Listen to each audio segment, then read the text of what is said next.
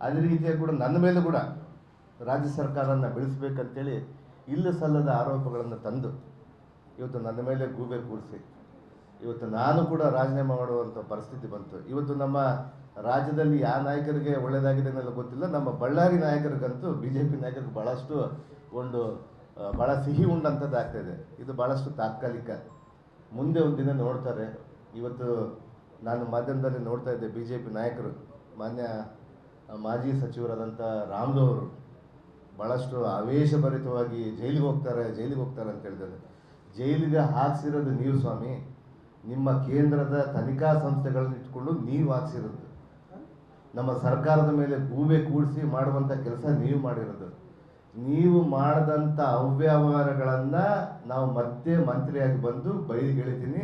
ಅವತ್ತು ನೀನು ಕೂಡ ಜೈಲಿಗೆ ಹೋಗುವಂಥ ಒಂದು ಪರಿಸ್ಥಿತಿ ಆಗೇ ಆಗುತ್ತೆ ಅಂತೇಳಿ ನನ್ನ ಪ್ರಮಾಣವಾಗಿ ನಾನು ಹೇಳ್ತೀನಿ. ಖಂಡಿತವಾಗಿ ಹೋಗ್ತಾರೆ. ಇಲ್ಲ, ಅವರು ಹಗರಣಗಳಲ್ಲಿ ಸಿಗಾಕೊಂಡಿದ್ದಾರೆ. ಅವರು ಕೂಡ ಅನೇಕ ಹಗರಣಗಳನ್ನು ಅವರು ಮಾಡ್ಕೊಂಡು ಹೋಗ್ತಾರೆ. ನಮ್ಮ ಮೇಲೆ ಇಲ್ಲ ಸಲ್ಲದ ಕಾರಣದಿಂದ ಹೇಳ್ತಾರೆ. CBI ಬಂದಿದೆ, ಮಾಡಲಿ, ತನಿಖೆಯನ್ನು ಮಾಡಲಿ. ನಾವು ಯಾವುದು ಕೂಡ ಯಾವ ತನಿಖಾ ಸಂಸ್ಥೆಗೂ ಕೂಡ ನಾವು ವಿರುದ್ಧವಾಗಿಲ್ಲ. ಸ್ವಾಗತ ಮಾಡಿದ್ದೀವಿ. ಅದನ್ನು ನಾನು ಫೇಸ್ ಮಾಡಿದ್ದೀನಿ.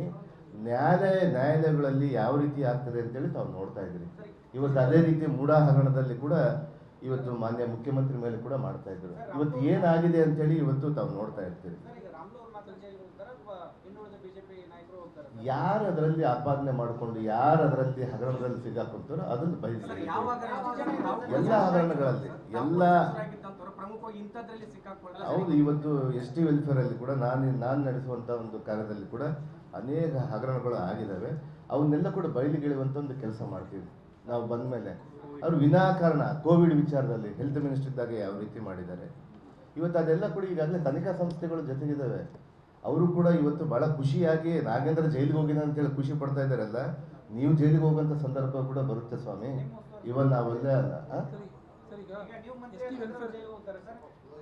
ನಾನು ಮಂತ್ರಿ ಆಗಿದ್ದಲ್ಲ, ಅವರು ಹಗರಣದಲ್ಲಿ ಏನು ಸಿಗಾಕೊಂಡ್ರೆ ಖಂಡಿತವಾಗಿ ಹೋಗ್ತಾರೆ. ನಾಗೇಂದ್ರ ಜೈಲಿಗೆ ಕಳಿಸೋದಂತಲ್ಲ, ಸಿಸ್ಟಮ್ ಕಳಿಸುತ್ತೆ, ಆಡಳಿತ ಕಳಿಸುತ್ತೆ.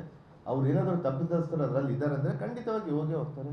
ಇವತ್ತು ವಿನಾಕಾರಣ ಬಳ್ಳಾರಿಯಿಂದ ಅವ್ರಿಗೇನಾಗಿದೆ, ಬಳ್ಳಾರಿ ಅಂದರೆ ನಾನೇ ಇರಬೇಕನ್ನುವಂಥ ಒಂದು ಅಹಂಕಾರ ಇತ್ತು. ಕಳೆದ ಎರಡು ಚುನಾವಣೆಗಳಲ್ಲಿ ಕೂಡ ಸೋತು ಸುಣ್ಣಾಗಿದ್ದಾರೆ. ಇನ್ನೂ ಬುದ್ಧಿ ಬಂದಿಲ್ಲ ಅವರಿಗೆ. ಇನ್ನೂ ಒಬ್ಬ ನಾಯಕನ ಮೇಲೆ ಇನ್ನೊಬ್ಬರ ಮೇಲೆ ಇಲ್ಲ ಸಲ್ಲದ ಆರೋಪಗಳನ್ನು ಮಾಡಿ ಜೈಲಿಗೆ ಹೋಗ್ತಾರೆ, ಅಲ್ಲಿಗೆ ಹೋಗ್ತಾರೆ ಅಂತೇಳಿ.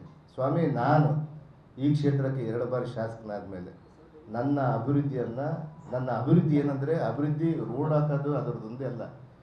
ಈ ಕ್ಷೇತ್ರವನ್ನು ಶಾಂತಿ ರೀತಿಯಾಗಿ ಸರ್ವ ಧರ್ಮಾಂಧ ಜನಾಂಗದವರು ಕೂಡ ಶಾಂತಿಯಾಗಿ ಇವತ್ತು ನಮ್ಮ ಕ್ಷೇತ್ರದಲ್ಲಿ ಇದ್ದಾರೆ.